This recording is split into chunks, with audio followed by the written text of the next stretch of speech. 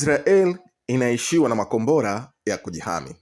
Jarida la Wall Street Journal linaripoti kuwa Israel inakaribiwa na upungufu wa makombora ya kujihami na linasema hii inaweza kuathiri uwezo wa nchi hiyo ya kuangusha makombora ya masafa marefu kutoka katika taifa la Iran. Jarida hilo lilimnukuu afisa wa Marekani ambaye jina lake halikujulikana.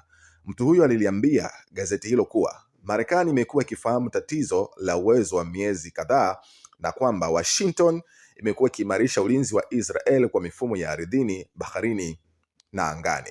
Jarida hilo lilisema jeshi la Israel lilikataa kutoa maoni kuhusiana na masuala yanayohusiana na silaha. Upande mwingine, jeshi la Israel limesema lilimtia nguvuni mwanaume mwenye silaha ya kisu ambaye alijaribu kuwachoma wanajeshi wa Israel na kuchukua silaha zao walipokuwa wakiendesha shughuli zao katika kijiji cha Walaja katika ukingo wa Magharibi unaokaliwa kwa mabavu. Wapiganaji walijibu kwa moto na kumzuia gaidi, jeshi la Israel lilisema kwenye Telegram.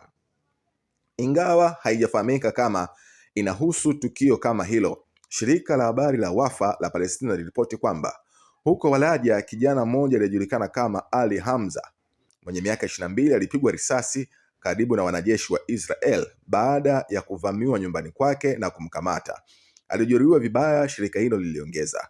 Katika ripoti tofauti, shirika la habari la Palestina lilisema wanajeshi wa Israel walifanya mashambulizi mara kadhaa usiku kucha katika ardhi ya Palestina, ikiwa ni pamoja na katika mji wa Birzeit magharibi mwa Ramallah na mji wa Bakui magharibi mwa Jenin, eneo linalokaliwa na Israel. Limekuwa limefungwa tangu wiki iliyopita, huku jeshi la Israel likijaribu kuishambulia Iran kwa mabomu.